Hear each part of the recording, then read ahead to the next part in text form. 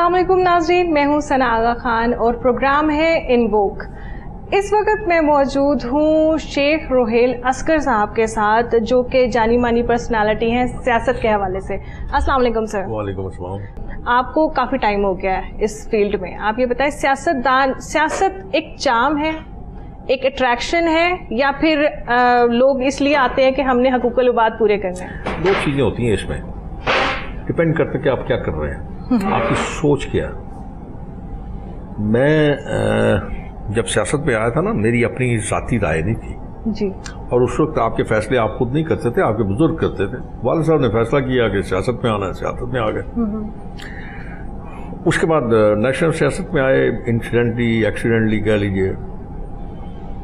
दो चीज़ें होती हैं कि आप अगर तो सियासत को खिदमत के ज़मरे में लेते हैं तो फिर बड़ा मज़ा आता है, फिर आपके अंदर से तस्कीन होती है आपको। और अगर आप इसको सिर्फ दबदबा, रोब और अपनी अना की तस्कीन के लिए करते हैं तो फिर ठीक है, वो आप जैसे मर्जी उसको ले लें, तो मनफी में जाएगा। सर मगर कुछ कॉन्सेप्ट ऐसा ही आजकल जा रहा है कि जब तक आजकल 4 गाड़ियां आगे 4 गाड़ियां पीछे ना हो तो सियासतदान का पता नहीं चलता कि ये सियासतदान जा रहा है। ये शशका क्या है? ये तो जवाब वो दे सकता है जिसके 2 गाड़ियां आगे हैं, 2 गाड़ियां पीछे, 3 गाड़ियां आगे, 3 गाड़ियां। मगर सर आप देखते तो ना अपने सराउंडिंग्स में, ऐसा तो नहीं है कि आप लाइन में आपके पास ऐसा कुछ नहीं है सर। मगर आप रॉमर्स में बहुत ज्यादा रहते हैं, आपकी छोटी छोटी बात को उठा के कंट्रोवर्सीज में डाल दिया जाता है। अच्छा है ना, बदनाम ना होगा का नाम भी ना होगा। सर ये नाम आपको बहुत अच्छा लगता है इस तरह का? मैं कुछ चीज छुपाता नहीं हूँ ना, जो चीज छुपाते हैं वो मुनाफिक होते हैं, मैं मुनाफिक कर नहीं सकता। सर अपने एरिया में आप क्या समझते हैं, आपकी सबसे बड़ी अचीवमेंट क्या है? लोग प्यार करते हैं बस, ये थोड़ी अचीवमेंट है। अच्छा सर, आप आजकल एक नया लॉ जो बड़े सहाफ़ी इस चीज़ पे बोल रहे हैं, बहुत ज़्यादा कंट्रोवर्सीज चल रही हैं, वो ये कि हद के इज्जत का जो लॉ है उस पे आप क्या कहेंगे? मैं इसमें क्या कह सकता हूँ, पता नहीं, आई डोंट नो, मुझे नहीं समझ आई कि इसका मकसद क्या है। हद तक इज्जत, अगर कोई मेरी इज्जत पे हर्फ आए तो वो हद इज्जत हो गया, और गरीब आदमी की इज्जत लुट जाए उसका परवाह कोई नहीं। ऐसे ही है, मैं इसके बिल्कुल हक में नहीं। सर ये बहुत सारे सहाफ़ी, मगर आपका ना एक लाइन बहुत ज़्यादा ट्रॉल हो रही है CH में कि पंजाबी कल्चर जो है ना वो गाली गलोच का कल्चर है। ये इसके पीछे क्या रीज़न थी कि आपको उठा के इसमें भी कंट्रोवर्सी में डाला गया? ये सहाफ़त में भी एक बड़ी बदकिस्मती ये है कि आप इसमें मेरे जैसे लोग आ गए जिनका मेरे ख्याल में शायद और जिया मुआश कोई नहीं था, वो उसमें आ गए। देखें, बात सहाफ़त ये नहीं होती, सहाफ़त ये होती है कि आपने कहीं अगर गलत काम किया है या गलत बात की है या आपने कोई अल्फाज गलत इस्तेमाल किए हैं तो आपकी दुरुस्तगी की जाए। ये मेरी गलती थी। कल्चर जो है ना, तहजीब, वो कभी नहीं तब्दील होती। हाँ, ट्रेडिशन जो है वो अच्छी भी होती है, बुरी भी होती है। मुझे ये ट्रेडिशन का लफ्ज़ इस्तेमाल करना चाहिए था। तो आप जैसे सहाफ़ी, चूँकि बहुत बड़े लोग हैं, मैं डरता हूँ आप लोगों से, तो इसलिए मैं कुछ कह नहीं सकता। बहरहाल एक को मैंने कह भी दिया था कि यार अच्छा यार जो करना कर ले यार, लेकिन ट्रेडिशन जो है ना वो ट्रेडिशन बदलती रहती हैं। ट्रेडिशन खराब भी होती हैं, अच्छी होती है। वैसे तो मैं तो एक गल दसा जी, पंजाबी जो गल ना कटो मजा नहीं आता। अच्छा सर मुझे ये बताएं कि सियासत का एक एरा ऐसा आया है जिसमें शायद मुझे लगता है कि वक्त की ज़रूरत थी, ये हद के इज्जत का जो लॉ है। एक एरा ऐसा आया है जिसमें हर किसी के बारे में फजूल बातें, हर किसी के बारे में गलत लफ्ज़ इस्तेमाल किए गए हैं। उसमें मैं नहीं समझता कि कसूर किसी का है, वो कसूर हर एक शख्स का है, पूरी सोसाइटी का है। उसमें पैसे तो मुसलमान, मेरे ख्याल में आपकी जो है एक बड़ी ठोस जो बुनियाद है वो तो प्यार पे है, अखलाक पे है, तहजीब पे है, तमीज़ पे है। तो अगर आप उससे हट गए हैं तो मेरा ख्याल है वो फिर यही होगा। आपको अपनी असलियत जब आप छोड़ देंगे, आपने वो जो आपकी एक तरबियत थी, तालीम थी, जब वो ही आपने छोड़ दी तो फिर रिश्ता ही होगा। फिर आप एक दूसरे की इज्जत को उछालेंगे जो मर्जी करें। मैंने कई दफ़ा कहा है कि ऐसे अल्फाज इस्तेमाल किया करें जिससे किसी की दिल आज़ारी ना हो, उसकी दुरुस्तगी हो जाए, उसका रास्ता दुरुस्त कर दें, उसकी बात को ठीक कर दें, लेकिन कोशिश करें कि आप अपने अल्फाज से किसी को तकलीफ ना पहुंचाएं। सर, जितना एरा आपने सियासत में गुजारा है, जो आपने खिदमात की हैं, उसमें और आजकल की जो चीज़ें हैं उसमें क्या फ़र्क देखते हैं, क्या चीज़ें महसूस करते हैं कि सोशल मीडिया ने स्टार्स बन जाते हैं, जो आजकल हमारे सियासतदान हैं वो ज़्यादा हाईलाइट हो जाते हैं, उन लोगों को ज़्यादा लोग जानना शुरू हो जाते हैं जिन्हों के बजाय जिन्होंने बहुत ज़्यादा काम किया होता है। इस बारे में क्या कहेंगे? या मैं फिर आपसे थोड़ा सा इख्तलाफ करूँगा। हाँ, आप किसी और सोसाइटी में हो तो ये सवाल आपका बिल्कुल ठीक मुनासिब रहेगा, लेकिन एक बात हमेशा ज़हन में रखें, बहशियत मुसलमान खुदाबंद करीम के हाथ में आपकी इज्जत और जिल्लत। बिल्कुल ऐसे। अगर वो ना चाहे ना तो आप चाहे सोशल मीडिया पे जो मर्जी कर लें, आप कभी भी प्रमोट नहीं हो सकते, ये उसके हाथ में है। और कुछ लोग ऐसे हैं जो इतनी प्रमोशन के बाद भी जिल्लत के गढ़ों में, उनकी इज्जत नहीं है, उनकी बज़ाहिर नजर आता है लेकिन इज्जत नहीं है। तो इसलिए कोशिश ये करें कि आप अच्छे कामों की वजह से जाने पहचाने जाएं, वो ज़्यादा बेहतर है। सर, क्या आप समझते हैं कि सियासत में किस किस्म की तब्दीलियां आनी चाहिए, क्योंकि लोग उसी डगर पे चल रहे हैं, वो एक पैटर्न अपनाए हुए हैं कि जैसे इलेक्शन होने वाला होता है उससे पहले एक्टिव मेंबर्स बन जाते हैं, देन उसके बाद फिर गायब। मैं इस मामले में उनको कमेंट्स इसलिए नहीं कर सकता, हर किसी का अपना अपना एक तरीका है, हर किसी की अपनी अपनी सोच है। सर, अवाम तो सांझी है ना?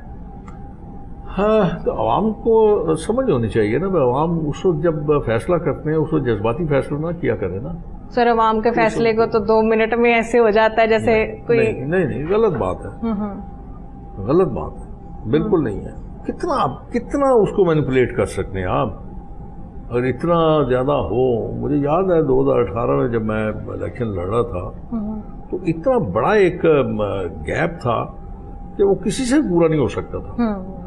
तो जब आप अवाम अगर सही फैसला करते हैं तो फिर, और जानते हैं, मैं ये भी आपको बताऊँ, जहाँ इलेक्शन होना था वो समझते हैं, जानते हैं, पहचानते हैं उस आदमी को, लेकिन जानते बूझते आप गलत फैसला करें तो फिर उसका खमियाजा भुगतें।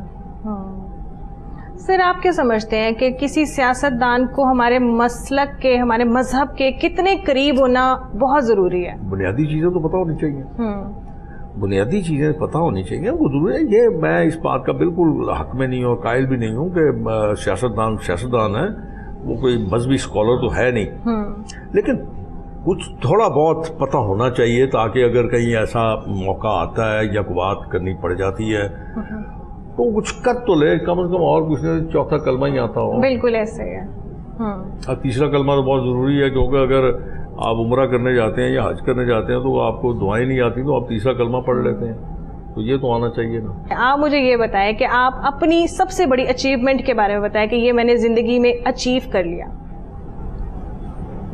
नहीं, मेरा नहीं ख्याल कि जब तक ज़िंदगी आपकी ख़त्म नहीं होती आप किसी जुस्तजू में रहते हैं, आप कुछ ना कुछ करने की कोशिश में रहते हैं, और अगर आप ये समझते हैं कि आपने अचीव कर ली, ये आपकी खामख्याली और गलतफहमी है। सर, अवाम की खिदमत के एंड से मैं कह रही हूँ कि अवाम की खिदमत के लिए कोई स्कूल्स या कोई ऐसी चीज़ें, आप अपना, वो छोटी छोटी बातें हैं, वो एक मटीरियल सी चीज़ें हैं, लेकिन स्कूल बन गया, हॉस्पिटल बन गए, पानी का निज़ाम ठीक हो गया, लेकिन अगर उनके पास शक्ति ही नहीं है तो फ़ायदा क्या उनको? स्कूल बनने से, स्कूल में अगर बच्चा दाखिल नहीं होता तो स्कूल बनने का फ़ायदा था नहीं। हॉस्पिटल बन गया, हॉस्पिटल की दवाइयाँ अगर वो नहीं ले सकता गरीब आदमी तो हॉस्पिटल का फ़ायदा। मेरा अपनी सोच ये है कि आपको बुनियादी जो मसाइल हैं या बुनियादी जो तकलीफ़ें हैं आवाम की, उनको दूर करना चाहिए, फिर ही आप शायद कोई इनकलाब की आप रख सकते हैं उम्मीद, वरना मेरा नहीं ख्याल। मतलब आप समझते हैं कि इस तरह डिसअपॉइंटमेंट होएगी सब चीज़ों में? मतलब आप लोगों की ज़िंदगी को भी अगर तकलीफ़ों से बाहर ही निकालते तो फिर आप क्या तवक्को करते हैं कि लोग मेरे पीछे खड़े होंगे? क्यों खड़े होंगे? मैं उनका बड़ा करीबी अजीज हूँ। लोगों की अजीजदारी जो है, रिश्तेदारी जो है, वो अपने पेट के साथ है, बिल्कुल ऐसे, उनकी भूख के साथ है, उनके बच्चों के तन के कपड़ों के साथ है। अगर आप ये सब नहीं कर सकते तो आप नाकाबिले माफी हैं। सर, इस जो गुर्बत और अफलास को मिटाने के लिए किसी किस्म की कोई स्ट्रेटजी हो जो आपके माइंड में, जो आप शेयर करना चाहते हो? आपको कहीं बाहर से सीखना नहीं पड़ेगा। आप अपने माल के उनको शरीक कर लें। अगर खुदावंद करीम ने आपको इतना माल दिया हुआ है कि आपकी जरूरत से बहुत ज्यादा है, उसको उसमें शरीक कर लें। आपको तस्कीन भी मिलेगी, आपको अल्लाह की कुर्बत भी मिलेगी, आपको दुआएं भी मिलेंगी, और आप अल्लाह के साथ तिजारत कर लेंगे। और वो एक ऐसी तिजारत जो नामुक्ते वाली है, जिसमें आपको नुकसान हो ही नहीं सकता। सर, कोई भी बंदा इंडिपेंडेंटली तो चलो नेक अमल कर ही रहा होता है, मगर क़यादत का होना बहुत ज़रूरी होता है। अगर आप इंडिपेंडेंट भी कर लें ना, तो यकीन कीजिए कि इस मुल्क को आप कहीं का कहीं पहुंचा सकते हैं।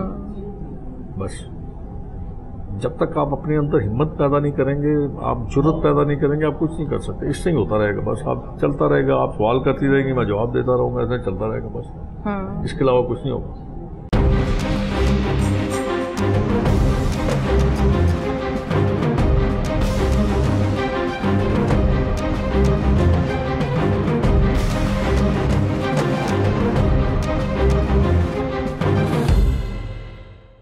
जी, तो हमने यहाँ पर बात की हद के इज्जत के बारे में कि ये जो कानून आया है, इस पे सहाफ़ी क्यों बोल रहे हैं, क्या ऐसी वजह है जिसकी वजह से ये सहाफ़ी परेशान है। हम इन्हीं सहाफ़ियों से पूछते हैं, यहाँ बहुत ज़्यादा सारे सहाफ़ी नज़र आ रहे हैं, इन्हीं से पूछते हैं कि आखिर ये परेशान क्यों है भाई। हद के इज्जत का कोई इतना बुरी कोई बात तो हुई नहीं है। आइए मेरे साथ, मैं आपको दिखाती हूँ।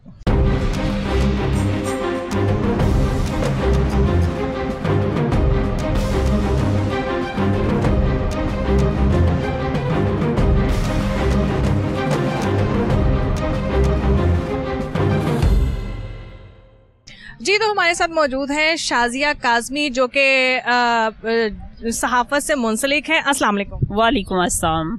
अच्छा, मुझे आप ये बताएं कि आज जो लॉ पास हुआ है कुछ दिन पहले हद के इज्जत का, आप उसके बारे में क्या कहती हैं? मैं तो यही कहूंगी कि ठीक है, पाकिस्तान मुस्लिम लीग नून की बात कीजिए तो इन्होंने रातों रात अगर देखा जाए तो ये लॉ एक बना लिया है। किसके कहने पे बनाया, क्या इसमें बाकी जमातों का शमूलियत जो है वो भी तो होना ज़रूरी है। पाकिस्तान पीपल्स पार्टी की बात कीजिए तो वो तो अभी तक अपना रोना रो रहे हैं। वो कहते हैं जी हमें तो किसी बंदे ने पूछा तक नहीं है। जब हमारी भी ज़ाहिर है, मैं भी जर्नलिस्ट हूँ, तो हमारी भी बात हुई तो उनका यही कहना था कि इसके ऊपर बाकायदा तौर पर इनको दूसरी पार्टियों के भी लोग जो है ना उनको शामिल करना चाहिए था, और इसके ऊपर जो लॉ रातों रात बनाया गया ये गलत है। और सहाफत की बात कीजिए, हमारे सहाफ़ी तंजीमों की, तो वो जाहिर है हमें भी ये बहुत बुरा लगा कि रातों रात आपने एक लॉ बना लिया, पंजाब असेंबली में उसका बिल भी आपने दे दिया, जबकि हम कहते हैं गवर्नर साहब से भी यही अपील कर रहे हैं कि इस बिल को मंजूर ना किया जाए। अगर ये बिल मंजूर होता है तो हमारे बहुत सारे मसाइल पैदा होंगे। हाँ ठीक है, एक किसी की पगड़ी उछालना ये अच्छी बात नहीं है, ये हम भी समझते हैं एज अ जर्नलिस्ट होने के नाते, लेकिन ये है कि आपने ये रातों रात एक हद के इज्जत का बिल जो है ये मंजूर करने की कोशिश की गई। पाकिस्तान मुस्लिम लीग नून ने क्या अपने तौर पे कर लिया है, किससे पूछ के किया है? बाकी जमातों को तो बीच में डालें ना, उनकी मुशाफरत दें। क्या वो पाकिस्तान पीपल्स पार्टी आपके साथ है? वो कहते हैं हम इस हद के इज्जत के बिल के ऊपर पाकिस्तान मुस्लिम लीग नून के साथ नहीं है, हम सहाफ़ी कम्युनिटी के साथ हैं, उनका साथ दें। तो मेरे ख्याल में ये गलत है, नहीं होना चाहिए। अच्छा, आपका इख्तिलाफ सिर्फ ये है कि इसमें हमें शामिल नहीं किया गया, बाकी लॉ से आप एग्रीड हैं? नहीं, मैं ये नहीं कहती, मैं बाकी पार्टीज की बात करी, बाकी जमातों की बात करी कि कम से कम उनसे हम मशावरा लेते, उनको बीच में शामिल करना चाहिए था। अगर मेरी आप बात करेंगे एज अ जर्नलिस्ट तो ये लॉ गलत है। अगर आप हद के इज्जत का बिल रातों रात मंजूर करवा लेते हैं, गवर्नर साहब की भी इसकी इजाजत दे देते हैं, मंजूर बिल जो है वो पास कर देते हैं, इसका मतलब है कि हमारे हाथ तो कुछ भी नहीं है, हम किसी की खबर नहीं लगा सकते। अगर किसी की खबर लगाते हैं, नेगेटिव लगाते हैं या पॉजिटिव लगाते हैं, 100 इश्यूज होते हैं, तो उसके ऊपर रातों रात क्या मेरे ऊपर मुकदमा दर्ज करके मुझे जेल में बंद कर दिया जाएगा? तो ये गलत है, इंतहाई गलत है। नहीं, इंतहाई गलत है, मगर एक तरह से तो मुझे लगता है कि ये थोड़ा सा बेनिफिशियल भी हो जाएगा, इसलिए कि इसमें वो लोग काबू में आ जाएंगे जो फजूल रॉमर्स उड़ाते थे, लड़की खवातीन के ऊपर फजूल बातें तोहमतें लगाते थे या गाली गलोच करते थे या किसी के साथ रातों रात कोई ऐसी कंट्रोवर्सी जोड़ देते थे जिससे वो अगले दिन बेचारा मतलब खुदकुशी तक की लहर पे पहुंच जाता था। इस बारे में क्या कहेंगे? सना, बिल्कुल आपकी बात से मैं भी एग्री करती हूँ। आप देखें कि इसमें हमारे इदारे भी बदनाम हो रहे हैं, ठीक है। पाकिस्तान के इदारे हमारे इदारे हैं, हमारी मतलब वो एक असासा है। तो इस तरह सोशल मीडिया के ऊपर बात कीजिए तो सोशल मीडिया के ऊपर हर बंदे की पगड़ी जो है वो उछाली जाती है। ये मैं आपको पहले भी कह चुकी हूँ कि किसी की पगड़ी नहीं उछालनी चाहिए। जो आपके पास एक पॉजिटिव रोल है, पॉजिटिव न्यूज़ है, पॉजिटिव खबर है, आप उसको नशर करें। लेकिन हद के इज्जत का बिल मंजूर होना या पास करना, इसका मतलब ये है कि आप सहाफ़ी कम्युनिटी को उनकी आवाज़, उनका मुंह बंद कर रहे हैं। तो हमारी आवाज़ जो है, हम सहाफ़ी लोग हैं, हमारी सहाफ़त की जो आवाज़ है वो बंद नहीं होनी चाहिए। चलिए जी, शुक्रिया बहुत बहुत। ये हमारी एक सहाफ़ी बहन का ओपिनियन था। आए बाकी लोगों से भी पूछते हैं कि उनका क्या नज़रिया इस बारे में।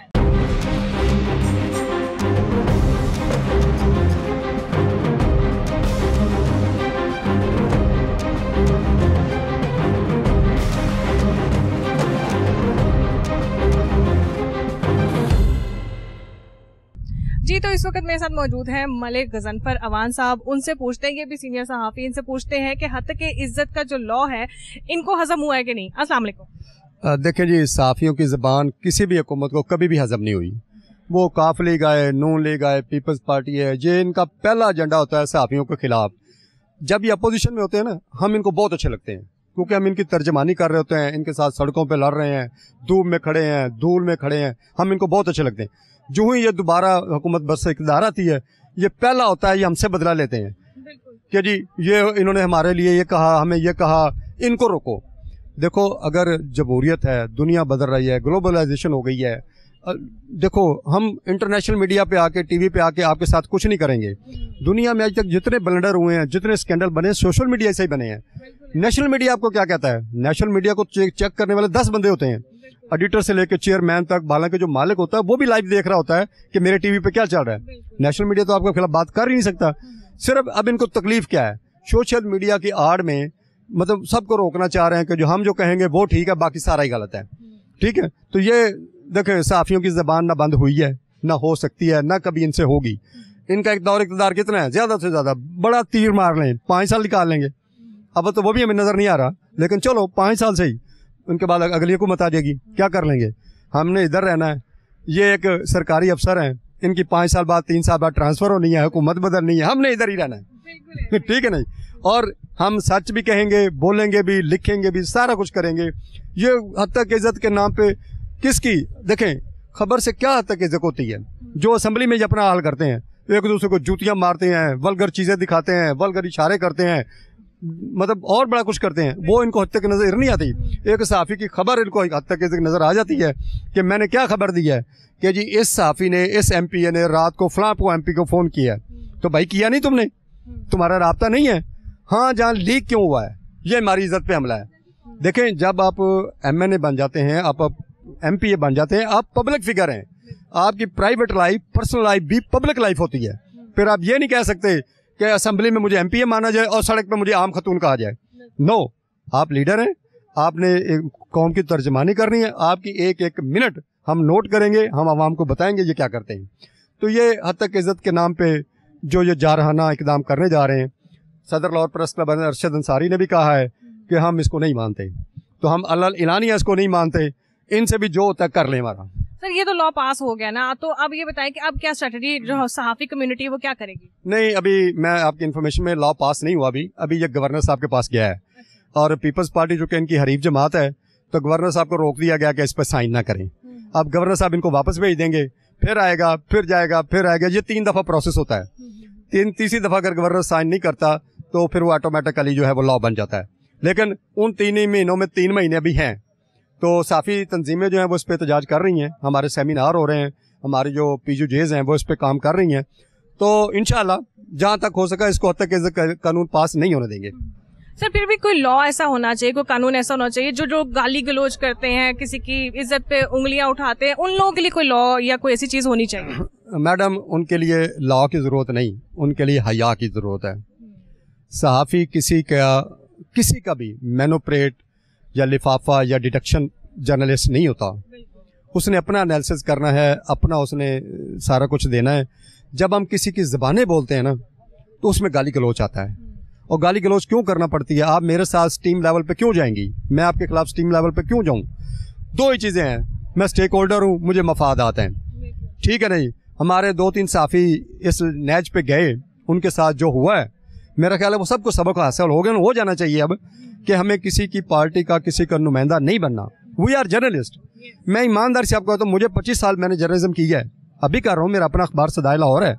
मुझे तो कभी किसी की थ्रेड नहीं आई, मुझे तो कभी किसी थाने से या किसी MP ने फ़ोन नहीं आज तक नहीं किया। खबरें हमने भी दी, सब कुछ हमने किया, लेकिन जब उनको पता चल जाता है कि ये फलां पार्टी का है, ये उसका नॉमिनेटेड है, फिर वो दूसरी पार्टी उसको गालियाँ निकालती है, फिर आप हिट होते हैं। फिर आप उसको कहें, देखें अपनी गलती को आप कहें कि जी इस्लाम पे हमला, सहाफ़त पे हमला, ये तो कोई बात नहीं। फिर जब आप कर रहे थे दूसरे की इज्जत पे हमला, आपको नहीं पता आप क्या बोल रहे हैं। आप सहाफ़ी हो के किसी को भी दें, नवाज शरीफ को बोलें, इमरान खान को बोलें, चौधरी परवेज़ इलाही को बोलें, वाह आपका हक ही नहीं है। आप हमेशा सहाफ़ी का हक होता है, पॉलिसी होती है, पॉलिसी पे डिस्कस करना कि ये पॉलिसी बनी है, इस पे ये कम है, ये बहुत थोड़ी है, ये ज़्यादा, ये होना चाहिए। ये तो कोई बात नहीं, मैं सिरे से कहूँ जो तुसी नलायक हो, तुसी जाहिल हो, तुसी फलां हो, ये मेरा हक नहीं है, ये जर्नलिज्म ही नहीं है, ये सहाफ़त ही नहीं है। तो ठीक है, फिर जिनके साथ ये होता है वो ठीक होता है। Thank you very much. इनका कहना ये है कि ये जो हत्या इज्जत का लॉ है, ये सिरे से ही गैर कानूनी है, इस पे हमें खामोश किया जा रहा है, हमारे मुंह को बंद किया जा रहा है। आए हम मजीद सहाफ़ियों से यहाँ पूछते हैं कि वो क्या कहते हैं इस बारे में।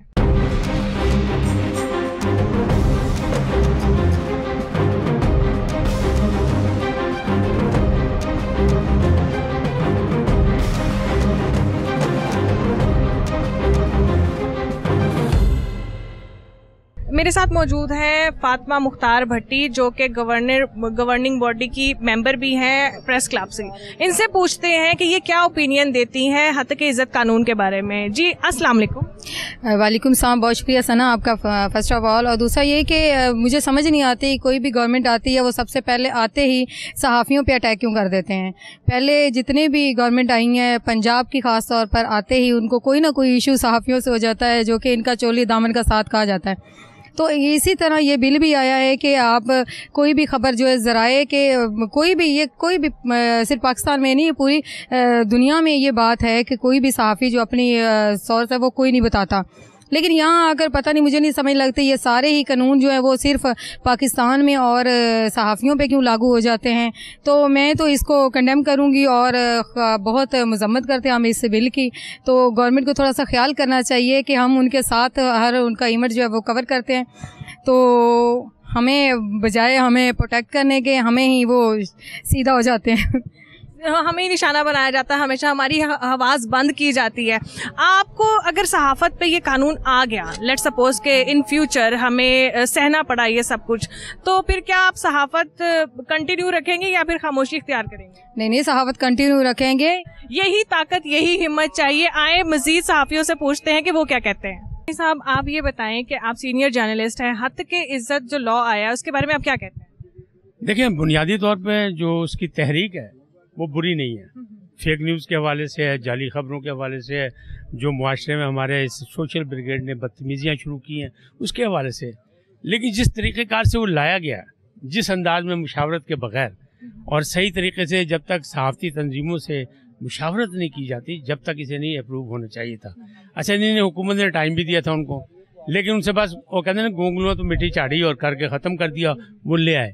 तो ऐसा नहीं होना चाहिए था। और अब भी ये उस वक्त तक नहीं चलेगा जब तक ये मुशावरत नहीं करेंगे तमाम सहाफ़ती तंजीमों से। अब आप कहेंगे कौन सी सहाफ़ती तंजीम, क्योंकि सब जगह टुकड़ों में बटे हुए हैं। तो सहाफ़ती तंजीमों को भी चाहिए कि वो भी अपना एक इत्तेहाद करके एक मुशावरत से एक मौक़िफ़ बनाए और उस मौक़िफ़ पर डटे रहें और उस पर हुकूमत से बात करें। ऐसी चीज़ें होनी चाहिए और सारी दुनिया में होती हैं। लेकिन ज़बरदस्ती की पाबंदियाँ तो ना कभी बर्दाश्त की हैं, ना कभी हम करेंगे, ना कोई करवा सकता है।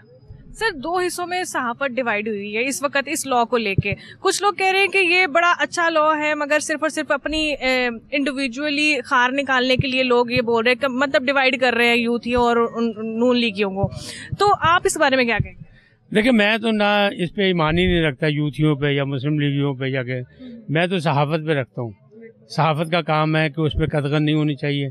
आईन पाकिस्तान ने 1973 का आईन आपको इजाज़त देता है इज़हार राय की, लेकिन जो बदतमीज़ी सोशल मीडिया ब्रिगेड ने शुरू की उसका भी तो कहीं इंतज़ाम होना चाहिए कि हम पगड़ियाँ उछालते रहें, कोई हमें पूछे ना, हम लोगों की बेइज्जतियाँ करते रहें, हम फेक न्यूज़ चलाते रहें। तो इसका इंतज़ाम होना चाहिए, लेकिन इसका इंतज़ाम डंडे के जोर पे नहीं होना चाहिए, ज़बरदस्ती नहीं होना चाहिए। जो लोग काम कर रहे हैं, अब 2 टुकड़ों में आप कह रहे हैं बट रहे हैं, मैं कहता 2 क्या 10 टुकड़ों में है, ये 2 में नहीं है, ये 10 टुकड़ों में है साफ़ी तंजीमें। लेकिन सबको बैठ के अपना एक मौक़िफ़ करना चाहिए कि जब आपने हुकूमत से नेगोशिएशन करनी है, मुशावरत करनी है, तो फिर आपका एक मौक़िफ़ होना चाहिए। और वो मौक़िफ़ क्या है? आज़ादी राय की, कि आप खबरों में कतगन नहीं लगाएं, आप फेक न्यूज़ वालों को पकड़े, आप जाली खबर वालों को पकड़े, जो मर्जी करें, हमें उससे कोई ताल्लुक़ नहीं है। लेकिन सहाफ़त में ये सारे जब कानून बनते हैं, पहले यही कहते हैं कि नहीं ये सहाफ़ियों के लिए नहीं है, लेकिन ये है, तो लिहाजा सहाफ़ी तो बोलेंगे। और इसको सोचना पड़ेगा हुकूमत को। हुकूमत ने बैठे बिठाए ज़बरदस्ती की एक लड़ाई किसी नादान दोस्त के कहने पर सहाफ़ियों से ले ली, सहाफ़त से ले ली, तो इस तरह बात नहीं बनेगी। सर, क्या पहले कोई ऐसा कानून मौजूद है जिससे जिस तरह लोग गालम गलोच करते हैं, गलत करैक्टर के ऊपर बातें करते हैं, कोई ऐसा कानून मौजूद है ऑलरेडी? देखिए, सहाफ़त जो है अपनी सहाफ़ती इक़्तिदार के बगैर हो ही नहीं सकती। उसमें विद इन कॉमास बहुत सी बातें की जाती हैं और हमेशा से की जाती हैं। मार्शल लॉ दौर में भी हम लोग करते रहे। मार्शल लॉ दौर में भी जब बहुत ज़्यादा कदगन थी, जब भी हम बात करने वाले लोग जो थे वो बात कर जाते थे, लेकिन फिर वही कहते हैं ना कि आप उसको कैप्सूल में डाल के करें कि बात भी जहाँ तक आपने पहुँचानी वो पहुँच जाए या नहीं। लेकिन अब जिस तरह मादर पिदर आज़ादी है, उसकी इजाज़त तो नहीं मिल सकती, ना आपका आइन उसकी इजाज़त देता है, तो फिर ज़ाहिर है हुकूमतें परेशान होती। आज जो लोग हुकूमत में वो कह रहे हैं नहीं, जो मुखालिफ जो बैठे हैं अपोजिशन में वो कहते हैं नहीं ये नहीं होना चाहिए, वो सहाफ़ियों के साथ खड़े हैं। तो जब ये हुकूमत में आ जाएंगे तो ये सामने खड़े होंगे, और जो इस वक्त हुकूमत है ये सहाफ़ियों के साथ खड़ी होगी। तो ये सारी चीज़ें चलती रहती है। लेकिन अफ़वाम व तफ़हीम से मिल बैठ के बात करने की बात है। हम लोगों ने बड़ा बड़ा मुश्किल टाइम गुजारा है, और मार्शल लॉ के दौर देखे, एक दौर नहीं सारे दौर देखे, अयूब खान से लेके अब तक के मुशर्रफ तक के सारे दौर देखे हैं, तो उसमें भी हमने यही कुछ देखा है। और अभी आप जो पिछला दौर है इमरान खान साहब का जो दौर था उसमें देख लें आप, तो कहीं ना कहीं पाबंदियाँ, कहीं ना कहीं पसंद नापसंद चलती रहती है। और कुछ ये जो ग्रुपिंग शुरू हो गई है ना जर्नलिज्म में भी, कि आप सियासी पार्टियों के स्पोकमैन बन गए, यानी ड्यूटीफुल जर्नलिस्ट, वो नहीं होनी चाहिए। सर, अब तो लोग पहचाने जाते हैं कि ये फलानी तंजीम का सहाफ़ी है, ये फलानी तंजीम का सहाफ़ी है। आप ये बताएं कि असल सहाफ़ी आज के दौर में, जिस तरह हम भी अब स्टूडेंट्स हैं, हम आपसे बहुत कुछ सीख सकते हैं, आप बताएं असल सहाफ़ी किसे कहते हैं? देखिए, असल सहाफ़ी वही है कि जो देखें, ये कोई तारीखदान नहीं है, किसी को किस्से कहानी लिखनी है, तारीख लिखनी है, आने वाली नस्ल, ये तो रोज़ का रोज़ कहते हैं फसल काटते हैं और रोज़ बोते हैं, रोज़ उगाते हैं और रोज़ खाते हैं। सहाफ़ियों का काम ये है। तो जो कोई देख रहा है उसकी सच बात करे, और जो आईन पाकिस्तान इजाज़त दे रहा है, जो आपका प्रिंट मीडिया इजाज़त दे रहा है, जो आपका इलेक्ट्रॉनिक मीडिया इजाज़त दे रहा है, जो अथॉरिटीज़ कह रही हैं, उसमें रहते हुए अपनी बात करें। ना ये कहें कि आप कदगन लग जाए कि पैमरा जो है ज़बरदस्ती कहे कि ये काम ना को देखा, भी उसका नोटिफिकेशन जो है वो कैंसिल किया गया है, मुअत्तल हुआ है। तो अगर आप अपने पाँव पे खड़े होंगे तो मामला जो है ठीक हो जाएंगे। अगर आप लोग पाँव पे नहीं खड़े होंगे, इसी तरह आप डिवाइड रहेंगे, तो फिर अंग्रेज़ का उसूल है डिवाइड एंड रूल, तो फिर आप पे सख्तियाँ आती रहेंगी, मुसीबतें पड़ती रहेंगी, और जर्नलिज्म नाम की कोई चीज़ नहीं रहेगी। Thank you very much. Thank you sir बहुत।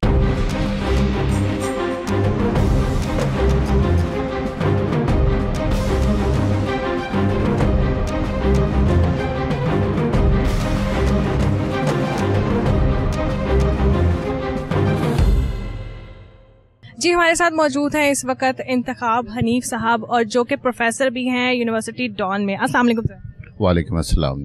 अजय सर, मुझे ये बताएं कि आपसे मैंने सबसे मुश्किल सवाल करना है, जो मैं सबसे पूछ रही हूँ, मुझे इसका जवाब नहीं मिल रहा। बताएं, देखते हैं कितना मुश्किल है। सर, वो ये है कि जो कानून आया है ये वाला हद के इज्जत का, वो असल जो फर्स्ट क्रिएट करते हैं वो हमारा सोशल मीडिया करता है, यानी टिकटॉक हो गया, ट्विटर उठा लो या फेसबुक, ये तो हम हैंडल नहीं कर सकते, ना हम इसके ऊपर कोई लॉ बना सकते हैं, ना इनको पाबंद कर सकते हैं। तो किस तरह से ये हद के इज्जत का जो लॉ है ये हम पे लागू होगा? ये जो हद के इज्जत का जो लॉ आया है, इसमें प्रॉब्लम ये है कि हमारे पास ऑलरेडी एक डेफेमेशन का लॉ है। अच्छा, मीडिया जो है वो 3 हिस्सों में है इस वक्त। पहले जो है प्रिंट मीडिया, और फिर इलेक्ट्रॉनिक मीडिया है, फिर ये आ गया सोशल मीडिया। जो इलेक्ट्रॉनिक मीडिया है उसकी इब्तदाई शक्ल, उसका काम करने का अंदाज़ वो प्रिंट मीडिया जैसा ही था। प्रिंट मीडिया में ये जो डेफेमेशन है, जब हम ख़बर बनाते हैं या जब हम एडिटोरियल, अभी भी जो स्टैंडर्ड के न्यूज़पेपर्स हैं जैसे डॉन है, तो हम जब उसको लिख लेते हैं तो हम खुद भी, जो राइटर होता है वो उसको चेक करता है कि इसमें कोई ऐसा मटेरियल तो नहीं है जो बेबुनियाद है, जिससे डेफेमेशन हो जाएगी। और जो लॉज हैं, जैसे जो ऑफिशियल सीक्रेट एक्ट है या आपका जो कंटेम्प्ट ऑफ कोर्ट है, उससे ये क्लैश तो नहीं करता। और फिर एथिक्स जो बहुत ज़्यादा है, जहाँ पे फ्रीडम ज़्यादा होती है वहाँ पे एथिक्स ज़्यादा होते हैं। तो हम ये खुद भी, लैंग्वेज में भी, फैक्ट्स में भी, ये हमें आदत है 200-300 साल की, जो हमने एक ट्रेडिशनल मीडिया से चलता आ रहा है। और इसमें इसी वजह से, इसी बुनियाद पे जो एक्चुअल जर्नलिस्ट हैं वो फ्रीडम ऑफ द प्रेस पे फाइट करते हैं कि फ्रीडम ऑफ द प्रेस होनी चाहिए, क्योंकि फ्रीडम ऑफ द प्रेस का जो मुहाफ़िज़ है वो खुद जर्नलिस्ट ही होता है, कि वो उसको वायलेट नहीं करता और वो एथिकल होता है। अब ये जो इलेक्ट्रॉनिक जर्नलिज्म आई, तो जब ये प्राइवेट आए, तो जब मुशर्रफ साहब के जाने का ज़माना था तो उसमें लाउड चीज़ें आनी शुरू हो गई। लेकिन फिर भी उसमें ये चीज़ों का ख्याल किया जाता था कि आपने डिसेंट होना है, बेबुनियाद चीज़ें नहीं लगानी। कुछ चीज़ें होती थी जिसमें लोगों ने भी, और जो पुराने जर्नलिस्ट थे उन्होंने भी कहना शुरू किया कि अब ये जर्नलिज्म में क्यों हो रहा है ऐसे। अब असल इशू जो है वो है आपका, जो हमारे 3 लॉज मैंने बता दिए। अब ये जो 2002 का जो पैमरा एक्ट है उसका कोड ऑफ एथिक्स है, उसमें 2002 से पहले के जितने भी आपके लॉज हैं एथिक्स से for print journalism and electronic journalism, उसमें शामिल है। आप स्टडी करें ज़रा, तो जब आप स्टडी करेंगी तो आपको लगेगा कि ये लॉ की ज़रूरत नहीं है। तो अब जो इस पे एतराज़ात हो रहे हैं, वो जो मेजर एतराज़ मुझे भी लगता है कि सही है, कि कोई पटिशन फाइल करेगा और उसमें उन्होंने बग़ैर ये साबित हुए कि जिसके ख़िलाफ़ वो कंप्लेंट आई है उसने ये जुर्म किया कि नहीं, ठीक है, कि जुर्म साबित होने के बगैर उन्होंने कहा कि 1-2 मिलियन उसको जुर्माना किया जाएगा। ये बिल्कुल गलत है। ये दुनिया में किसी जगह पे भी जहाँ पे कोर्ट ट्रायल होना है, उसमें ये बिल्कुल इलीगल है कि सज़ा, जुर्म साबित होने के बगैर आप सज़ा दे दें। और ये क्वेश्चन है सीधी। और आपके जो रेगुलर मीडिया है जिसमें प्रिंट और इलेक्ट्रॉनिक है, उसके लिए लॉज एंड एथिक्स हैं, और वो जर्नलिस्ट जो है वो कई अरसे से ये काम कर रहे हैं, दे आर रिस्पॉन्सिबल जर्नलिस्ट। असल चीज़ है सोशल मीडिया में भी जो लोग हैं वो कुछ जर्नलिस्ट हैं, कुछ नहीं हैं, कुछ हमारे मुल्क में हैं, कुछ बाहर के बैठ के करते हैं। आपको पता है ना कि जिसके पास मोबाइल हो वो कहीं में भी बैठ के सोशल मीडिया कर सकता है। अब इसको रोकने की जो ये पूरी दुनिया में हो रहा है। अब फेसबुक में अमेरिका में एक बच्चा 12 साल का था, उसने खुदकशी कर ली, तो उसके वालिद ने इनको ये कहा कि आपको ये सोचना पड़ेगा कि आपका जो कंटेंट है, is it in the favour of people और नॉट। आपकी जो बच्चा है, मेरा बच्चा, उसने डिप्रेशन पिक की है आपकी वजह से, और वो उसने सुसाइड कमिट की है। और फिर ये जो इंग्लैंड में हिंदू मुसलमान फसाद हुए थे, तो इंग्लैंड की जो राइटर्स है उसने ये तहकीकात की थी कि इसमें फॉल्स न्यूज़ की ज़िम्मेदारी है और ये सोशल मीडिया से की जा रही है, और इंडिया में बैठे हुए ज़िम्मेदार लोग कर रहे हैं कि उसमें जो फेक न्यूज़ है, कि उसमें एक आई थी लेसेस्टर शहर है, वहाँ पे ये वाक़या हुआ था, बड़ा मशहूर वाक़या है, कि उसमें कभी आता था कि मुसलमानों ने कुछ कर दिया है, कभी आता था हिंदुओं ने कुछ कर दिया, वहाँ पे फसाद होने शुरू हो गए थे। तो उन्होंने इंडिया से प्रोटेस्ट किया था कि आप सोशल मीडिया को नेगेटिव तौर पे इस्तेमाल कर रहे हैं। तो इसमें कुछ चीज़ें ऐसी हैं जो ट्रेडिशनल मीडिया वाले भी कहते हैं कि ये चीज़ें नहीं आनी चाहिए, और कुछ सच भी होता है जो ट्रेडिशनल मीडिया वाले को गायब करा दिया जाता है और उसमें आ जाता है। तो ये जो चीज़ें हैं, अब ये नया ज़माना है, नया ज़माने को नए ज़माने से आपको हैंडल करना पड़ेगा। आगे आ रहा है आर्टिफिशियल इंटेलिजेंस, इसका नाम आया है। जब इसने यहाँ पे छा जाना है तो मुसीबत खड़ी होनी है। तो आपको चाहिए कि लोगों को साथ में लाना चाहिए ना। जैसे हम बच्चे को कहते हैं ऐसे ना करो यार, ये हमारे लिए नुकसान है, अगर आप ये कहेंगे मेरे लिए नुकसानदेह है तो वो उसके लिए कोई तरीक़ाकार आपको अपनाना पड़ेगा। अब ये जो है इनके पास पहले टेक्नोलॉजी नहीं होती थी, जो यूज़र्स थे मोबाइल फ़ोन के वो समझते थे कि ये हमारा प्राइवेट अफेयर है, हम उसको जो इस्तेमाल करते हैं और जो हम इसमें डालते हैं। अब टेक्नोलॉजी आ गई हुई है जिससे लोग लोकेट हो जाते हैं और वो ब्लॉकेड हो जाता है, उनको वार्निंग्स आ जाती हैं। तो इसको भी नए ज़माने की इंटेलिजेंस है, नए ज़माने की मशीन है, उसको हैंडल करने के लिए कोई अक्लमंदाना काम करना चाहिए। सोशल मीडिया में अगर जो नेगेटिव जो आपकी इंफॉर्मेशन आ रही है उसमें ऐसी इंफॉर्मेशन भी होती है जो बच्चों को नहीं जानी चाहिए। ठीक है, आपको पता ही है ना, कुछ ऐसी चीज़ें होती हैं। मैं चूँकि स्टूडेंट हूँ मीडिया का, तो ये चीज़ें हम लोगों को जवाब भी देते रहते हैं, पढ़ाते भी हैं जाके। तो उसको हैंडल करने के आपने under the garb of handling ये जो नेगेटिव एक्टिविटी है जो लोगों के लिए भी है और आपके लिए भी है, तो आपके लिए अगर ज़्यादा हो गई है तो आपने जो रेगुलर मीडिया है उसके ऊपर आप इस तरह करेंगे। तो मैंने ये सीखा है as a student of mass media and a practitioner of mass media कि जहाँ खबर नहीं होती वहाँ पे इंतशार होता है। मीडिया को बनाया इसलिए गया था कि लोगों को खबर मिले और इंतशार पैदा ना हो। पहले जहाँ पे खबर नहीं होती थी वहाँ पे अफवाह तबाही मचाती थी। तो अगर आप इस तरह का करेंगे तो सच्ची बात कहाँ पे पता लगेगी। तो आपको लोगों को मिलना चाहिए, लोगों से बात करनी चाहिए। और लॉ है, ऑलरेडी लॉ है, डेफेमेशन का भी है, कंटेम्प्ट ऑफ कोर्ट का भी है। आज डॉन में एक आर्टिकल छपा हुआ है कंटेम्प्ट ऑफ कोर्ट पे। ये जिन्होंने ये बनाया था उन्होंने तो उसको लॉ को ख़त्म कर दिया इंग्लैंड में कि इसकी ज़रूरत नहीं है। आप काम ऐसा करें कि लोग आप पे उंगली ना उठाएं। तो जर्नलिस्ट का भी यही है हमेशा से कि हम जब चीज़ देते हैं तो हम ये सोचते हैं क्योंकि हमें ना कोई बुरा कहे, हम एक बुराई पॉइंट आउट करते हैं ना, इन्वेस्टिगेटिव रिपोर्टिंग करते हैं, कोई बुराई लेके आते हैं। तो अगर हम खुद बुरे तरीके से पेश करेंगे तो हम कैसे ये कह सकेंगे कि ये गलत है जब हम गलत होंगे। तो ये जो मामला है इसमें एक डंडे से सबको हाँकना ठीक नहीं है। और ये इस पे मैंने पढ़ा भी है, बहुत आर्टिकल्स भी आए हैं, सारा कुछ हुआ है। और लॉ को मुझे थोड़ा सा समझ है, हर आपको भी होनी चाहिए। हमारा काम है ना, हमारी लिमिटेशंस क्या है। तो उसमें ये है बिल्कुल जो जस्टिस है उसके ख़िलाफ़ है, ये बेसिक ह्यूमन राइट्स के ख़िलाफ़ है। इसमें जो मेजर शेक है कि आप जनाब कंप्लेंट हुई और आपको जुर्माना कर दिया, दिस इज़ रॉन्ग। इस पर इसको रिवाइज़ होना चाहिए। और लॉ वो होते हैं जो जनरली एक्सेप्टेबल हो। जो लॉ रिजेक्ट हो जाए ना तो वो उसको कभी कबूलियत नहीं होती है, पब्लिक कबूलियत भी होनी चाहिए। ये 1963 का प्रेस एंड पब्लिकेशन लॉ आया था तो उसको कभी किसी ने कबूल नहीं किया था। तो बस मैं इससे ज़्यादा नहीं कुछ कहना चाहता।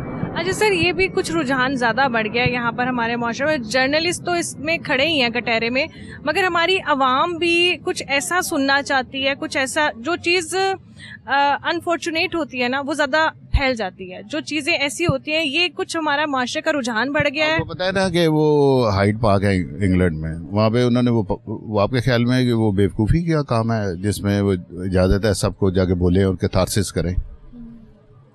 उन्होंने कि अक्लमंदी का काम है, मेरा ख्याल है अक्लमंदी का काम है।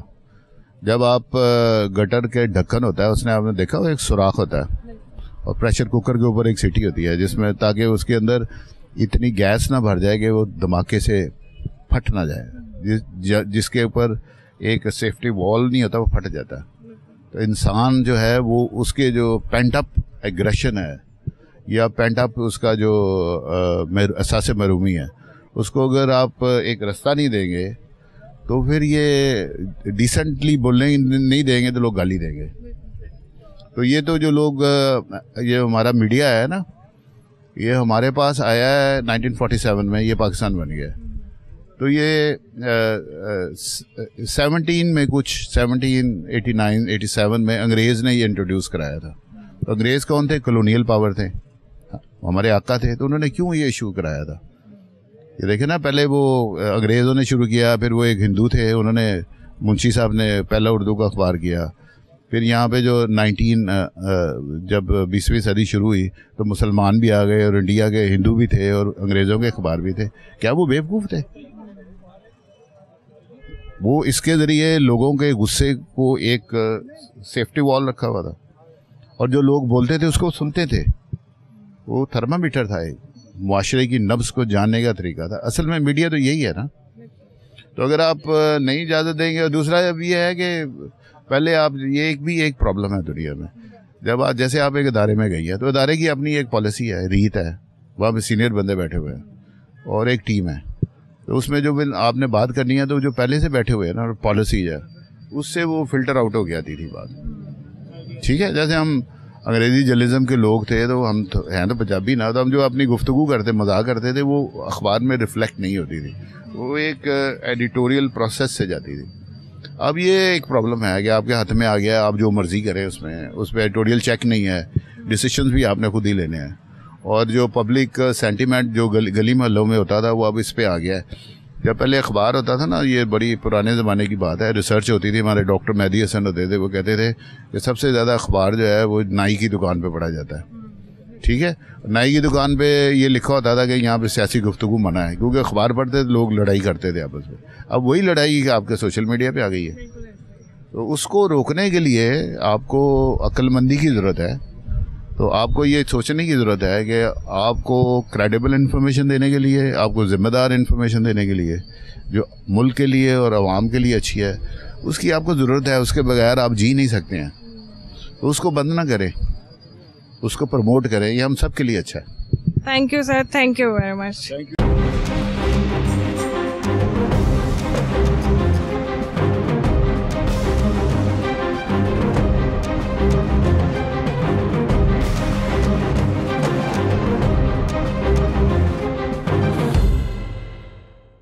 जी, तो आज बहुत से सहाफ़ियों ने अपना ओपिनियन हमारे साथ शेयर किया। उन्होंने बताया कि हत्के इज़्ज़त का जो लॉ है वो क्यों कर बनाया गया है और क्यों ये सहाफ़ी इसके साथ मुत्तफ़िक नहीं है। ये इन्फॉर्मेशन बहुत ही ज़्यादा कारामद है और ये सहाफ़ी जो बोल रहे हैं कहीं ना कहीं इसमें कुछ ना कुछ सच्चाई नज़र आती है। इसके साथ ही मुझे सना आगा को इजाज़त दें, फिर मिलेंगे किसी और प्रोग्राम में।